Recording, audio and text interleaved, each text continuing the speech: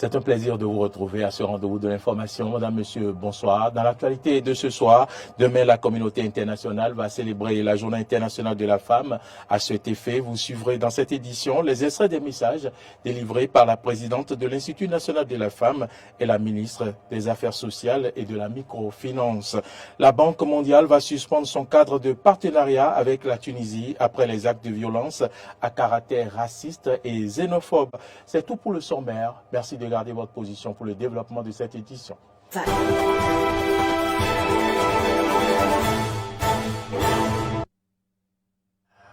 À toutes et à tous, merci pour l'attention. Les femmes seront sous les feux de la rampe à l'occasion de la Journée internationale de la femme. C'est demain.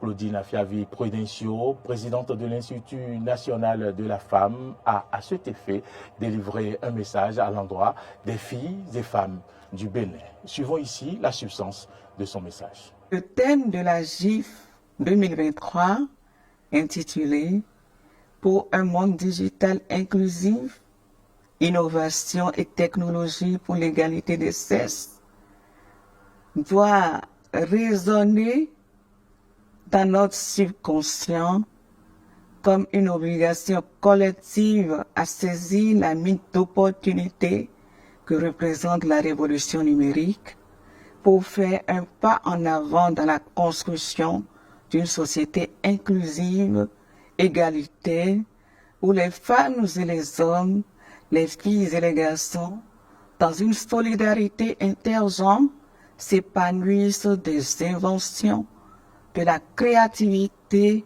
et de l'ingénierie de l'espace humain que nous constituons. Dans notre très cher et beau pays, le Bénin, plusieurs femmes s'affirment et s'efforcent de relever la tête dans l'écosystème numérique béninois. Du développement web au community management, en passant par l'administration des systèmes et réseaux, la cybersécurité et le web entrepreneuriat, elles ne sont pas nombreuses, mais pas inexistantes. L'Institut national de la femme par ma voix leur rend hommage et les exhorte à la recherche permanente de l'excellence et de meilleures performances afin d'inspirer des milliers d'autres femmes et filles. Avoir autant de femmes que d'hommes dans le secteur digital ne doit pas être un jeu pieux.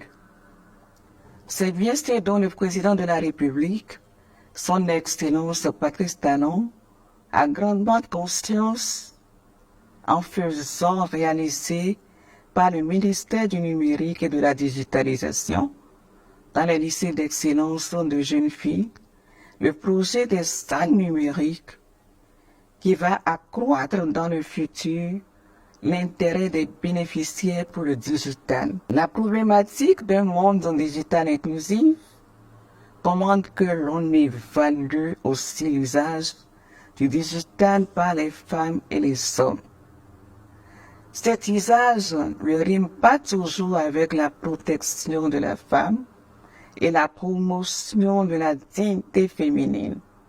Je fais allusion au cas de cette web entrepreneur et blogueuse africaine, mère de famille, qui a pris l'imprudente décision de se faire filmer en direct sur Facebook en pleine séance d'épilation de ses parties intimes. Mes chères sœurs blogueuses, influenceuses, web activistes, aucune recherche de visibilité ne devrait sous aucun prétexte vous faire prendre des risques susceptibles non seulement de vous éloigner des valeurs qu'incarne la femme africaine, mais aussi de remettre en cause votre dignité et votre honorabilité. Tous pour un monde digital inclusif, avec un usage sain et responsable du numérique. Je vous remercie. Toujours dans le cadre de l'édition 2023 de la Journée internationale de la femme, la ministre des Affaires sociales et de la microfinance a également délivré un message à l'endroit des femmes que je vous invite à suivre au micro de Clémence Tonokon. Innovation, technologie et numérique. Cette trilogie sonne le glas de l'inculture et des discriminations qui tendent à maintenir les filles et les femmes dans des rôles de seconde zone. Elle traduit parfaitement l'engagement mondial inscrit dans l'objectif de développement durable, l'ODD 5, qui n'est pas seulement un droit fondamental de la personne, mais aussi un fondement nécessaire pour l'instauration d'un monde pacifique, prospère et durable. Le gouvernement du Bénin, à travers sa politique nationale de développement, s'est engagé pour la promotion du capital humain au service du développement durable inclusif. C'est donc à juste titre que notre département ministériel met en évidence en ces jours la nécessité des technologies inclusives et transformatrices et d'une éducation numérique qui met en lumière la contribution des femmes et des filles aux avancées de la technologie et de l'éducation numérique. Au Bénin, il y a quelques semaines, nous avons célébré les filles et les femmes de science. Aujourd'hui, nous vous présentons toutes les innovations mises en place par le gouvernement pour que chaque fille et chaque femme au Bénin utilise à bon escient les technologies et le numérique afin d'obtenir de l'information, de faire connaître leurs compétences, de promouvoir leurs activités génératrices de revenus, de dynamiser leur commerce, etc. En effet, les travaux soutenus en cours dans l'économie numérique, la promotion des start-up, la couverture intégrale nationale de l'accès à Internet, le développement de produits facilement accessibles par le canal digital, comme le microcrédit à l'AFIA, sont autant d'initiatives pour libéraliser l'accès de tous, et notamment des femmes béninoises, aux opportunités économiques. Nous voudrions nous féliciter de l'augmentation substantielle des jeunes filles qui se trouvent dans nos établissements et lycées de formation professionnelle et technique ou qui sont en formation dans plusieurs domaines des technologies et du numérique grâce à l'offre de bourses par notre département. Nous saluons aussi l'explosion du nombre des bénéficiaires à nos produits de microcrédit et surtout l'engouement des femmes bénéficiaires. Cette profusion d'initiatives intra- et intersectorielles justifie la collaboration et la synergie d'action de 3 départements ministériels pour la célébration du 8 mars 2023. En cette veille du 8 mars, notre collègue en charge du numérique et nous-mêmes étions aux côtés des vaillantes femmes béninoises pour les sensibiliser et les former sur les opportunités que leur offrent les plateformes numériques dans la promotion de leur activité économique. Nous avons profité également pour les prévenir des dangers qui les guettent dans l'utilisation erronée ou abusive des réseaux sociaux et ou des supports numériques. Ces risques liés au numérique sont déjà déclinés dans nos programmes de sensibilisation dans les lycées et collèges pour permettre à la jeunesse de connaître les dangers de certaines utilisations néfastes afin de s'en préserver. Cette prévention des dangers de l'Internet est d'ailleurs un rôle citoyen qui revient à tous les adultes avertis de notre société. Nonobstant ce revers que la bonne information et les bonnes attitudes peuvent prévenir, le numérique demeure l'avenir dans bien des domaines d'activité et de progrès. Une nouvelle attaque menée par des hommes armés non identifiés a fait un mort et un blessé à Materi hier. Suivons ici le commentaire de Grace Avalibé. Non identifiés ont semé la terreur dans le village Noiri à Materi. Selon nos sources, les intéressés se sont introduits dans une maison pour s'attaquer à un jeune homme. Celui-ci a résisté aux assauts des envahisseurs malgré ses blessures. Informés de la situation, les forces de défense et de sécurité présentes dans la zone sont intervenues. Dans leur bataille avec les militaires, les assaillants ont tiré sur le civil en fuyant. Le civil n'a pas pu s'en sortir, il a été atteint mortellement. Et cela fait déjà plusieurs dizaines de civils et corps armés victimes de ces attaques terroristes, notamment enregistrées dans le nord du pays.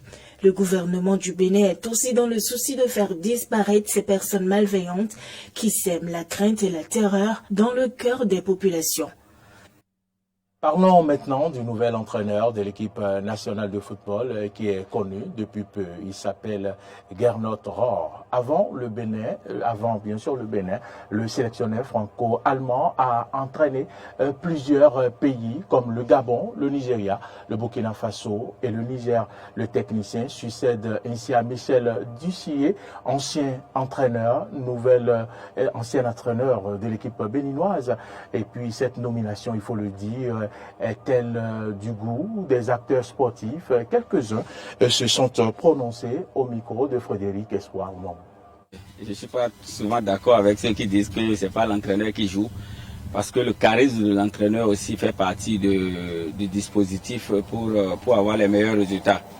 Gernot Rohr, c'est un ancien, c'est quelqu'un qui connaît déjà le continent et il a traîné sa bosse, surtout dans la sous-région, parce que je lis qu'il a fait le Burkina, il a fait le Niger. C'est des pays limitrophes, donc il connaît en réalité déjà le fonctionnement de ces pays-là. Le Nigeria aussi, qui est voisin d'à côté, il a fait 5 ans au Nigeria et je peux dire que c'est quelqu'un qui suit déjà notre équipe de près et qui pourra certainement nous apporter. Et il faut dire que Gernot, c'est vrai, à part le Nigeria, s'il a eu à faire le Niger ou le Burkina, ce n'est pas des pays qui nous dépassent forcément en termes d'effectifs ou en termes de joueurs évoluant à un très bon niveau. Donc je crois que c'est quelqu'un qui connaît déjà à peu près l'équipe, parce qu'on ne peut pas forcément, les dirigeants ne vont pas choisir quelqu'un qui va venir à la tête de l'équipe et qui va reprendre à zéro. Donc c'est quelqu'un qui suivait forcément l'équipe. Et je crois qu'avec ce que nous avons les moyens de faire quand même le minimum sur le continent et moi j'ai espoir qu'il va apporter quelque chose. Le Sénégal a commencé par rebâtir son football depuis l'échec de l'organisation à domicile en 1992, où la Côte d'Ivoire a battu le Ghana en finale. Le Sénégal a essuyé un revers, ça a tapé sur les nerfs. Ils ont relancé la machine. Et ils ont fait quoi? Ils ont fait former les entraîneurs locaux. Aujourd'hui au Sénégal, vous avez au moins 50 Sénégalais qui ont les diplômes CAF A, CAF Pro, qui sont des entraîneurs reconnus par la CAF, reconnus par la FIFA. Parce que quand vous avez de mauvais entraîneurs, ils vont former de mauvais joueurs. Et tout ça a donné les résultats quand? Et ce n'est que 30 ans après. Gernot Rohr, avec l'effectif d'aujourd'hui, franchement, ça va être difficile de dire qu'il pourra faire quelque chose. Ça va être très difficile de dire, mais il a des valeurs sur lesquelles il peut compter. Quand vous avez quelqu'un comme Steve Mounier, qui est le joueur qui gagne plus de duels dans le championnat français, qui est dans le top 5 des joueurs les plus efficaces en air en Europe, vous pouvez compter sur ces leaders techniques-là. Quand vous avez des jeunes comme Tosin Ayegou qui marque but sur but en Suisse, des jeunes comme Junior Olaïton qui est relancé par le compatriote au match Mogo, je pense qu'il y a l'ossature autour de laquelle il va travailler. Maintenant, si ça ne marche pas, permettons-lui de continuer, parce que si on ne forme pas, il ne va pas inventer des joueurs. Les dirigeants doivent savoir définir les objectifs et les missions à l'homme. Parce que nous sommes dans une spirale un peu compliquée maintenant pour les aventures qui arrivent pour le Bénin. Les éliminatoires, on a perdu les 2 premières sorties, c'est compliqué. Et moi, je souhaiterais qu'on ne signe pas un entraîneur pour lui donner comme mission de qualifier le Bénin pour la prochaine CAN. Sinon, ce serait lui mettre la corde au cou, ça va être compliqué et on va nous retrouver dans un éternel recommencement. Parce qu'il ne va pas atteindre son objectif, on va le renvoyer et on va recommencer encore à chercher un autre patron pour la sélection. Ça va être très compliqué. Donc, que la mission soit de trouver un entraîneur qui viendra construire le football béninois. Que la mission soit de trouver un technicien qui va venir mettre une équipe en place, une équipe avec de très bonnes bases. Nous savons de quoi nous avons besoin, nous savons de quoi nous souffrons, nous connaissons nos problèmes, donc pas la peine de recruter un entraîneur pour lui dire bon, il va venir qualifier le Bénin pour la Coupe du Monde, pour la Coupe d'Afrique et tout ça, non. Qu'on signe un entraîneur, d'accord, mais pour lui donner comme mission la construction du football béninois. La Banque mondiale va suspendre jusqu'à nouvel ordre son cadre de partenariat avec la Tunisie. L'annonce a été faite aujourd'hui. Suivez le commentaire. suite aux propos du président tunisien Kais Saied le mardi 21 février favorisant le racisme et les différentes sortes de violences envers la communauté subsaharienne, la Banque mondiale va interrompre jusqu'à nouvel ordre son cadre de partenariat avec la Tunisie qui sert de base de suivi par le conseil d'administration de l'institution afin d'étudier et d'accompagner le pays dans ses programmes d'aide. Dans un courrier adressé à ses équipes, le président de la Banque mondiale David Malpass explique que l'institution n'était pas en mesure de poursuivre ses missions sur place compte tenu de la situation.